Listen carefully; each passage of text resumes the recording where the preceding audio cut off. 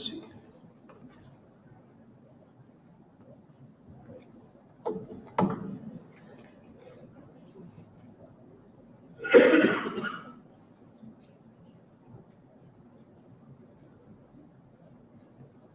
Thank you.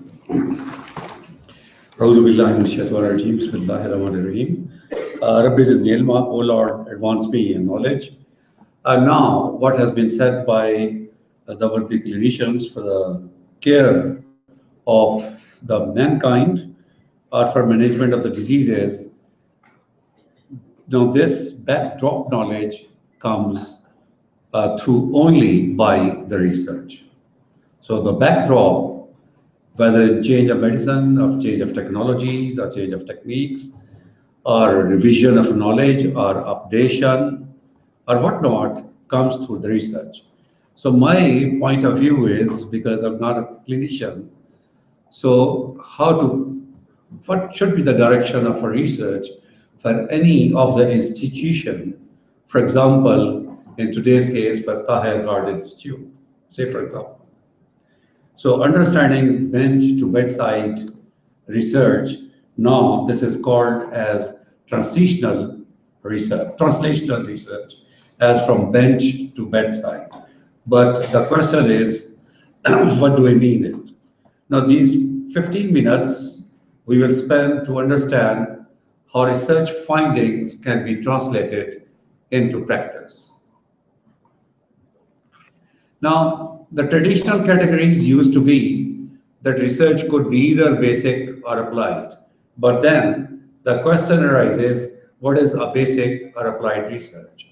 So the basic research, as we all know, is necessary to further our understanding on the normal versus disease state, but does not directly translate this knowledge into clinically used applications. And then traditionally what was called as applied research, so this applied research advances the development of new diagnostic tests or drugs for patients based on our understanding of the disease development and progression. So that means even the applied research was to know the underpinning pathophysiological principles of the diseases. But now, the latest form of research, we use the word now translational research. Now, what is translational research? It means different things for different people, but it seems important to almost everyone. But what exactly is translational research? Effective translation of the new knowledge, mechanisms, and techniques generated by advances in basic science research into new approaches for prevention, diagnosis, and treatment of the disease. So any research which adds to the knowledge or creates some knowledge for prevention, for diagnosis, or for treatment of the disease process. So translational research has got three main pillars. One is bench, the other is bedside, and finally is the community. So now it is also said that translational research has got three subtypes. Translational research 1, 2, and 3. But the question is, what is the difference between the translational research 1 and 2? So this slide shows the definition of translational research 1 and 2.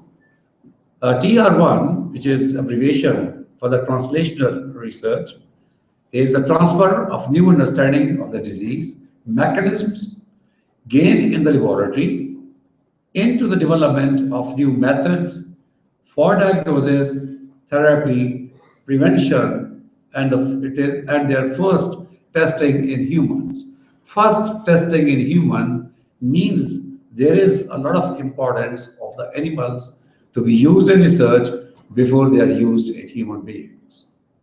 And then TR2, which is translational research 2, is that the results of the TR2 from clinical studies into everyday clinical practices and health decision making. In fact, the scientific or clinical deliberations, which I've learned since early noon, they are in this category. They were results from the clinical studies into everyday clinical practice and which help them in health decision making. And then, what are the requirements for TR1 and TR2? Requirements for TR1, that is TR1 research, requires mastery of molecular biology, genetics, and other basic sciences, appropriately trained clinical scientists working in strong laboratories with cutting-edge technology and a supportive infrastructure with the institution. So that means a highly sophisticated laboratory, chemicals, techniques, and experts in research is the requirement for TR1. But requirements for TR2 type of research, TR2 requires implementation science of fielding and evaluating intervention in real-world settings and of the disciplines that inform the design of those interventions, such as clinical epidemiology and evidence synthesis, communication theories, behavioral science, public policy, financing, organizational theory, system redesign, informatics, and mixed research methods, and qualitative research. So that means that TR2 research has got multi-dimensional role to be played in it. It is not only laboratory, but these prerequisites or forms are the component of the system as well, which need to be set. What are the aims of TR1 and TR2 research? Now, TR1 struggles more with the biological and technological mysteries. Now, trial recruitments and regulatory concerns. So it deals with them. Whereas TR2 research struggles more with human behavior and organizational inertia, infrastructure, and resource constraints, and the messiness of proving the effectiveness of moving targets under the conditions, right, like that investigators cannot fully control. So TR2 is more a vibrant research as compared to TR1. But then, what is TR3 type of research?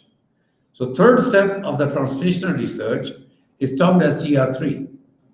Now TR3 is practice-based research, which is often necessary before distilled knowledge. That means systemic reviews, guidelines can be implemented into practice. Now consequences, what are the consequences of bench to bedside and beyond the research? Now successful health involvement in the hospitals, homes, and state houses require the translational research of other basic sciences such as epidemiology, behavioral science, psychology, communication, cognition, social marketing, economics, political science, not only the translational of biotechnological insight and novel therapies. So that means bench and beyond. So it is not only the biotechnology, but also these parameters or these components which are to be seen to have T3 type of research, which is bench to bedside and beyond. Now then the question arises how to initiate translational research in any setting or any institution. Now there should be a focus on the system, how we organize work, and then is engagement of local interdisciplinary teams to assume ownership of the improvement project, and then creation of a centralized support for the technical work, and then is encouraging the local adaptation of the intervention and creating a collaborative culture within the local unit and the larger system. Now, if there is no research, what would happen? According to the Bloom's taxonomy of 6 main pillars of learning are knowledge, skill, attitude, but then is synthesis, analysis, and evaluative judgment.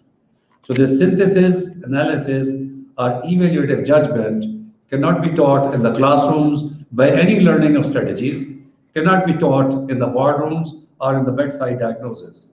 So the synthesis, analysis, and evaluative judgment would be compromised if there is no research. We won't be able to improve the techniques. We won't be able to have new drugs. We won't be able to have new technologies, and we won't be able to change the innovation in the process of treatment or management. Now, the take-home message is there must, if we want to establish translational research in any institution, we have to develop a system for research on the parameters which have been shown before, but there must be a feedback system that is from bench to bedside, and from bedside, it must reach to the community to keep the healthy, and from the community, then comes the feedback, and it is fed into the system for research. It modifies, and then it goes and changes the bedside research project, and by continuous, by this continuous feedback system, so the benefit of bench may go to the bedside, and benefit of bedside must reach the community. All right.